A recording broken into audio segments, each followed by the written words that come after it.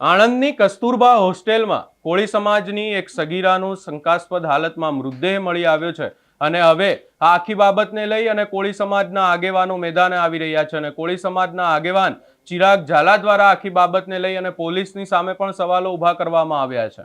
શું છે સમગ્ર મામલો એની વિગતે ચર્ચા કરીશું। નમસ્કાર, હું છું ઉજ્જવલ અને આપ જોઈ રહ્યા છો નિર્ભય ન્યૂઝ। આણંદમાંથી એક કિસ્સો સામે આવ્યો કે જ્યાં કોળી સમાજની એક સગીરાએ પોતાનું જીવન ટૂંકાવ્યું હોય એવી બાબતો અને એવી વાતો સામે આવી રહી છે, પરંતુ આ તમામ ચર્ચાઓની વચ્ચે કોળી સમાજના આગેવાનો દ્વારા એવી વાત કરવામાં આવી રહી છે અને કહેવામાં આવી રહ્યું છે કે જે હાલતમાં જે રીતે એ સગીરાનો મૃતદેહ મળી આવ્યો એને જોતા એવું નથી લાગી રહ્યું કે સગીરાએ પોતાનો જીવન ટૂંકાવવાનો પ્રયાસ કર્યો હોય, પરંતુ અહીંયા સવાલો એવા ઊભા કરવામાં આવી રહ્યા છે કે એની હત્યા કરવામાં આવી હોઈ શકે છે, કાં તો એને કોઈએ દુષ્પ્રેરણા આપી હોય આવું જીવન ટૂંકાવવાનું પગલું ભરવા માટે, કોઈ પણ બાબત હોઈ શકે છે। પરંતુ આ આખી બાબતમાં હવે કોળી સમાજના આગેવાન ચિરાગ ઝાલા દ્વારા શું કહેવામાં આવ્યું, સૌપ્રથમ એ સાંભળી લઈએ અને ત્યારબાદ આ આખા કેસને લઈ અને ચર્ચા કરીશું। આણંદ બરાબર, આણંદ બાજુ એક સ્કૂલમાં હોસ્ટેલમાં આપણી દીકરી બરાબર શંકાસ્પદ હાલતમાં મળી છે। વિજયભાઈ બારૈયા તારાપુર જે સમાજના આગેવાને એક વિડીયો જાહેર કર્યો, અમને ફૂટેજ પણ મોકલ્યા છે કે જે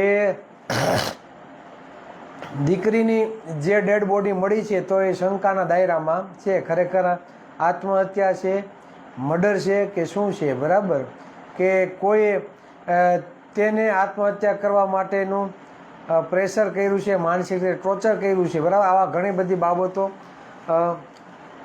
શંકાના દાયરામાં છે। એટલે વિજયભાઈને જ ખુદ એ દીકરીનો દેન જ્યારે અપાતો હતો બરાબર ત્યારે એને ખબર પડી, એટલે બહુ લેટ ખબર પડી છે। એટલે આજે બધા આગેવાનો ભેગા થવાના હતા અને પછી નક્કી કરવાના હતા પોલીસ સ્ટેશન જઈને શું કાર્યવાહી કરવી। જોકે વિજયભાઈએ કહ્યું છે કે ભાઈ એના પપ્પા અને મમ્મી એમ કહે છે કે અમને શંકા છે, બરાબર, તો એના શંકાના સમાધાન માટે પોલીસ પ્રશાસને એના મા બાપ કે એ રીતે એણે ફરિયાદ દાખલ કરવી જોઈએ। મર્ડર છે, આત્મહત્યા છે, દુષ્પ્રેરણા માટે એને માનસિક રીતે ટોર્ચર કરેલું છે, આ બધી બાબતો તપાસનો વિષય છે, પણ દીકરીના મા બાપ કે એ પ્રમાણે પોલીસ પ્રશાસને કાર્યવાહી કરવી જોઈએ। દુઃખની વાત એ છે કે જે કોલેજ જે સ્કૂલમાં આ દીકરીનું મરણ થયું છે તો ત્યાં હોળીની ઉજવણી કરતા હતા, એટલે આ એક દુઃખ અને ચિંતાનો વિષય છે। ત્યાંના આગેવાનો થ્રુ અમને જાણવા મળ્યું કે ત્યાંના પ્રિન્સિપાલ અને શિક્ષકો અને બધા હોળીની ઉજવણી કરતા હતા। એક બાજુ કોળીની દીકરીનું મરણ થયું છે, બરાબર, તે જ સ્કૂલ હોસ્ટેલમાં, અને બીજી બાજુ સ્કૂલ પ્રશાસનવાળા હોળીની ઉજવણી કરે છે। એટલે આ બહુ ગંભીર બાબત છે અને આમાં જે પણ શંકા હોય બરાબર તેનું સમાધાન થવું જોઈએ, નકર પછી પાલીતાણામાં વાળુગઢમાં જે બનાવ બન્યો બરાબર અને જે શાંત થઈ ગયું બરાબર, કોઈ જાતનું કાંઈ આવ્યું નથી, એ જ રીતે આમાં પણ એવું બની શકે, કેમ કે જે મોટી મોટી સ્કૂલો છે એના સંચાલકો હોય બરાબર, તેનું નેતૃત્વ કરનારા ટ્રસ્ટી હોય એ ક્યાંક ને ક્યાંક એના છેડા હોય, એટલે સ્કૂલ કોલેજોની બદનામી ના થાય બરાબર, એના માટે ક્યાંક ને ક્યાંક દબાવવાની કોશિશ થતી હોય, તમે પણ સમજી શકો અને હું પણ સમજી શકું, પણ જ્યારે સમાજ ઉપર આવી ઘટના થાય તો આપણે તે બાબતે યુનિટી બતાવીને આ બાબતે આપણે લડવું પડે। ત્યાંના આગેવાનો સાથે આપણે વાત થઈ છે, જરૂર પડે તો રૂબરૂ પણ જશું બરાબર, અને જરૂર પડે પોલીસ પ્રશાસનમાં આપણે રજૂઆત પણ।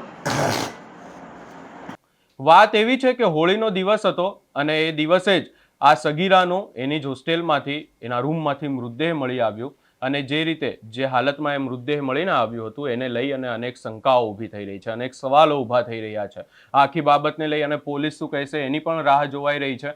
પોલીસે પંચનામું કરી અને જે મૃતદેહ છે એને હોસ્પિટલ પણ ખસેડ્યો હતો પોસ્ટમોર્ટમ માટે ને ત્યારબાદ હવે જે કોળી સમાજના આગેવાનો છે તેઓ એક જ સવાલ ઊભા કરી રહ્યા છે કે આ જે આખી ઘટના થઈ, સૌપ્રથમ તો ફતેપુરાના તારાપુરની આ સગીરા હતી, આણંદમાં અભ્યાસ કરવા માટે આવી હતી, 11મા ધોરણમાં અભ્યાસ કરતી હતી ને 15 વર્ષની ઉંમર હતી। આવી નાની ઉંમરે આ સગીરા આમ કેવી રીતે પોતાનું જીવન ટૂંકાવી શકે? શું એને કોઈએ આ પગલું ભરવા માટે દુષ્પ્રેરણા આપી છે કે પછી કોઈ આખો અલગ મામલો છે? આખી બાબતને લઈ અને પોલીસ દ્વારા પણ તપાસ કરવામાં આવી રહી છે અને કોળી સમાજના આગેવાનોએ પણ આ આખી બાબતમાં કડક તપાસ કરવામાં આવે એવી માંગ કરી છે. હવે જોવાનું રહેશે કે આગામી સમયમાં આખી બાબતને લઈ અને શું ખુલાસાઓ થાય છે. આ સમગ્ર બાબતે તમારો શું અભિપ્રાય છે એ અમને કમેન્ટ કરી જરૂર જણાવશો અને અમારી ચેનલ નિર્ભય ન્યૂઝને લાઇક, શેર, સબસ્ક્રાઇબ કરવાનું ભૂલશો નહીં.